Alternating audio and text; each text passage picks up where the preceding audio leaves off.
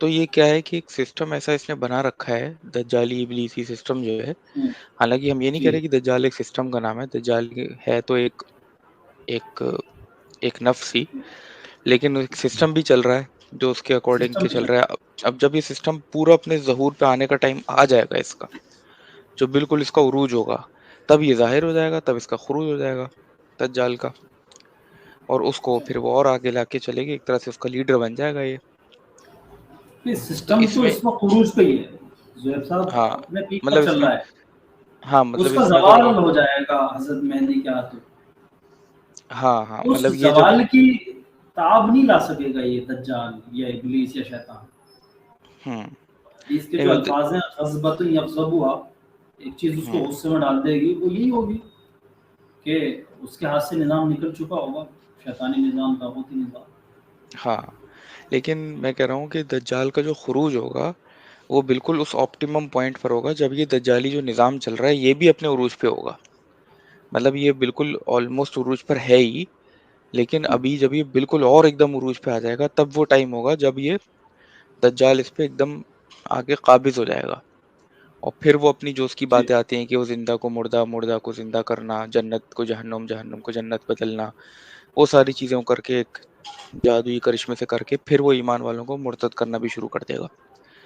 تو سمجھ لیجئے کہ وہ وقت بہت قریب ہے، کہ ایسا لگتا ہے کہ اس کے خروج کا وقت آ رہا ہے. اور پھر جب اس کا جب تاب بہت بڑھ جائے گا تب ظاہر سی بات ہے کہ پھر امام مہدی کا ظہور بھی ہوگا، عیسیٰ علیہ السلام کا نزول بھی ہوگا، اور پھر وہ انتم یدھ ہوگا.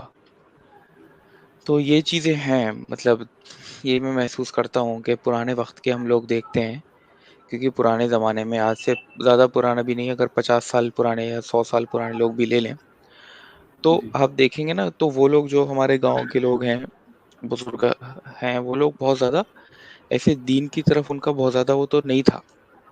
ایسا نہیں تھا کہ وہ زیادہ لوگ اس وقت نماز پڑھتے تھے. اور اب جو ہے نمازی کم ہے مسجد میں، نمازی بہت ہے مسجد میں. لیکن وہ جو روحانیت ہوتی ہے وہ ان لوگوں میں بنا اس کے بھی ہوا کرتی تھی، کیونکہ وہ جی اس ٹائم جیسے فحاشی وغیرہ یہ سب نہیں تھی اتنی. جو آتا ہے نا ایک امام شافعی کے بارے میں کہ وہ انہوں نے ایک بار ایک عورت کی پنڈلی دیکھ لی تھی، تو ان کی میموری کمزور ہوئی تو ان کو یہ ریلائز ہوا کہ ہاں میری نظر پڑ گئی تھی. تو یہی ریزن ہے کہ یہ سسٹم پورا اس نے ایسا خراب پھیلایا ہوا ہے نا، آلریڈی یہ سسٹم اتنا پھیل گیا ہے، خراب سسٹم. تو اس کو کاؤنٹر کرنے کے لیے خالی ہم نماز روزے سے کوئی آدمی اپنے آپ کو محفوظ رکھ سکتا ہے. کوئی جماعت میں جاتا ہو، اپنے آپ کو بالکل چار دیواری میں رکھتا ہو، وہ تو اپنے آپ کو محفوظ کر لے گا اللہ کے حکم سے، اللہ کے فضل سے. لیکن میجورٹی جو مسلم پبلک ہے یا ایمان والی جو پبلک ہے، بلیورز ہیں، چاہے وہ مسلم ہوں یا کرسچنس ہوں یا اور ہوں، ان لوگوں کا بچنا مشکل ہے ایسے نظام میں. ان کو واقعی ایک نظام بدلنے والی طاقت، جس کو ہم عیسیٰ مہدی کہہ رہے ہیں، ان کا انتظار ہے. اور اسی سے ہی ہم لوگ انشاءاللہ اپنا نیکسٹ ایپیسوڈ بھی کریں گے عیسیٰ علیہ السلام کے اوپر، جی جو ہماری اور عیسائیوں کی اور دنیا کی تقریباً آدھی آبادی کی ایک یکساں شخصیت ہیں، اور جن پہ ہم سب ایمان رکھتے ہیں. تو آپ کو کچھ اور ایڈ کرنا ہے فخر بھائی، اس کو بھی بس ختم کریں؟ اس کو ٹھیک ہے، ہاں کنکلوڈ کیا آپ نے بہت اچھا. لیکن میرے خیال میں یہ جو اینڈ آف دا ٹائم کے عنوان سے ہم نے، آخر الازمان کے عنوان سے جو چار چیزیں ہم نے ڈسکس کرنا تھا، مہدی، دجال، حضرت عیسیٰ اور یاجوج اور ماجوج، اس میں میرے خیال میں دجال ایک بہت وسیع عنوان ہے، جس جی کو میں چاہتا ہوں کہ زہیب صاحب اس کو اگلے اسٹریم میں بھی ہم کنٹینیو کریں ابھی دجال کو، کیونکہ اچھا دجال ایک شخصیت بھی ہے، اس کی شخصیت پہ بات کرنی ہے ہمیں، اور ایک نظام بھی ہے یہ جو اس کے دوارا ہوں قائم کیا گیا ہے. تو ہوں اس نظام سے کیسے بچے، اس نظام کا جو اینٹی بائیوٹک کہہ لیجیے جو ہو، وہ ہوں کیا کیا چیزیں ہوں، اس پہ بھی ہمیں ڈسکس کرنا ہے کہ ہمیں کیا طرز زندگی اپنائیں کہ ہم دجالی اور طاغوتی نظام سے بچ سکیں، تاکہ پھر اگر وہ دجال ہماری اپنی حیات میں ظاہر ہو جائے ہوں تو پھر ہم بچ سکیں اس دجال سے، کہ جس کے اچھا بارے میں اتنی تاکید ہے. تو جی میرے خیال میں اس پہ اور گفتگو ہونی چاہیے، اگلے ایپیسوڈ میں ہمیں اس کو اور لینا ہاں چاہیے. ہاں، اور پھر ہم لوگ تھوڑا ٹائم لائن کی بات بھی رکھیں گے انشاءاللہ اس پہ. کہ کس ٹائم لائن تک ہم لوگ محسوس کر رہے ہیں کہ اس کا جی خروج ہو سکتا ہے. جی ٹھیک ہے، بہتر ہے انشاءاللہ. جی چلیے اوکے، السلام علیکم.